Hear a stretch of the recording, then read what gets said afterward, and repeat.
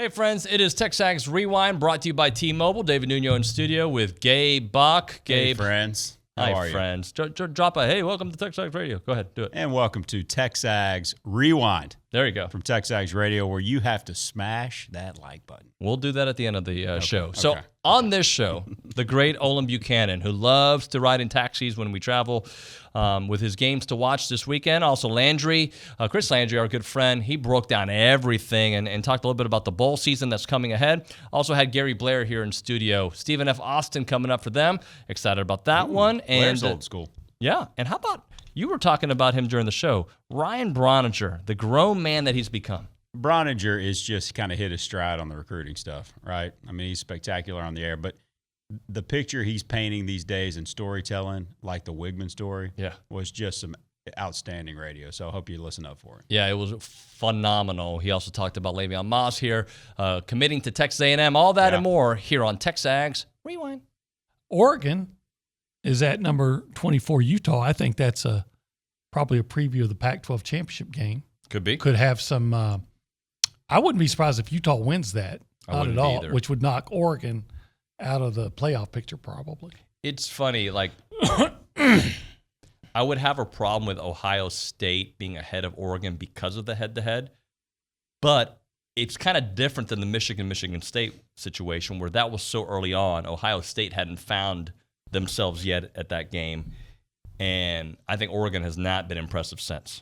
They haven't. I would ask you, what's the big win that Ohio State has had? They don't have one, and this next stretch is going to be where it determines. If they do go through Michigan State and Michigan, then win the Big Ten championship over probably Wisconsin, then I would say, all right, they've earned it. Yeah, but they're not there today in my mind. Well, and again, in my mind, if the records are the same, and you got a head-to-head. Yep. Okay, that's the way I look at it. Okay, then SMU's at Cincinnati. You know, the Bearcats have been largely unimpressive the last 3 games. Would you not agree? Yeah, I 100% agree. I do think I've started to change a little bit on Cincinnati. If they do win out and they do beat a pretty good SMU team, beat a pretty good U of H team, I might look at them a little different than I did earlier in the season. I don't know if that makes them one of the 4 best teams in the country. I'm just saying I think I would. Didn't UH lose to like Texas Tech? Early in the season, yeah, they did. Yeah, they did. And Texas Tech is terrible. Right. So, see, it's just such a big difference in the caliber of competition, especially when you're facing it every week. But that said, I think SMU and UH are going to be their best teams they've faced, aside from Notre Dame. Yes. If they do win those games convincingly, would you give them more benefit of the doubt or no, because their schedule is their schedule? I think that they don't belong. I don't think they're one of the 4 best teams. I'm not even sure if they're one of the 10 best teams. But I believe if they go undefeated, that the committee's going to have an awful hard time taking, say, a 2-loss Alabama over an undefeated team, especially with all the pressure they get. Now, the worst thing that could happen to Cincinnati is for Alabama to beat Georgia. Well, the best case, first of all, you've got Mississippi State and Ole Miss playing and going to be playing in the Egg Bowl, and that's going to be a big win for one of those teams. And you've got, obviously, both of them beat A&M. And that, a lot of it, it's going to be, as as kind of the pecking order of who they choose. You look at travel and all that. So I think the A&M's in good shape there. But if you look at both of them, it does depend. It does depend on how both of those teams, for example, finish out. Arkansas as well, although I think they'll lose this week, but who knows?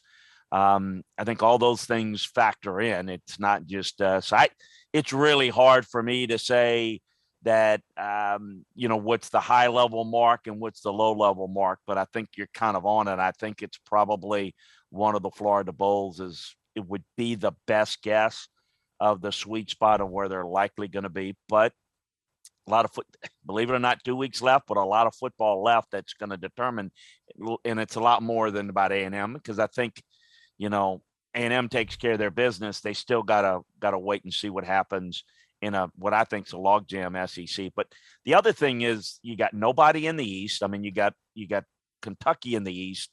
That is going to be a bit of an intrigue because they're they're going to go now to a Florida game. They were really hoping to go 11-1, go to a New Year's Six game. So yeah, it's going to get interesting, and I don't have the answer of where it's going to be at this point because that involves a lot of variables. Happy with the way the team has played through 3 games? I loved it because every game we've improved. In certain areas, we've been able to get a lot of kids some opportunities. Sometimes it's impossible to get 14 kids in. We did it the first 2 games, got 12 in yesterday against DePaul. But we're trying to build instead of having the set lineup that we had last year for, I think, all 28 games. This year we're trying to just put the parts together, whether we need to play small, whether we need to play large, fast, or whatever. We're having a game plan for the opponents and then find out our strengths and weaknesses. That's what November and December does for you. You play good competition like DePaul and Stephen F. Austin. And I like the mesh of the team. Winning solves a lot of problems. But even winning can't solve playing time because there's only 200 minutes in a game. And my slow math, you put 14 into 200, it just doesn't go. It does not. So let's talk about Le'Veon Moss. That came down, was it Monday morning, Tuesday morning? Yesterday morning. Yesterday morning, 7:40 something. It came out. What does this mean? How did we get here? How did Bama lose him, LSU lose out, and A&M get him? Yeah, it was persistence wears down resistance, right? I think that a long time Bama commit and then backed away from that pledge and really opened things up with LSU being in turmoil. And then A&M's continued success running the football with multiple backs. In a perfect world, I think Isaiah Spiller and Devon Achane go over 1,000 yards this year. I haven't looked at their numbers. I don't know how close they are. But it feels like, with 2 games left in a bowl game, both of those guys may go over 1,000 in the season. And I think that selling point, I think Jimbo's commitment to running the football, I think his relationship with Tommy Robinson and the ties that Tommy Robinson's got in the state of Louisiana and really all through that I-10 corridor from Southeast Texas to New Orleans, I think that helped A&M a bunch. And then the atmospheres that he came and saw at Kyle Field, Alabama. He was in the house. Was it Alabama or Auburn? It's all running together. But he was in the building, or maybe in South Carolina. One of these home games recently, Bama, South Carolina, Auburn. Can't remember which one he was at. They all, like I said, they all run together. But the atmosphere, the environment around Kyle Field on a game day, I think all that played a big role in that and really closing the door on the recruitment. I think A&M had been trending the right direction in that one since probably late summer.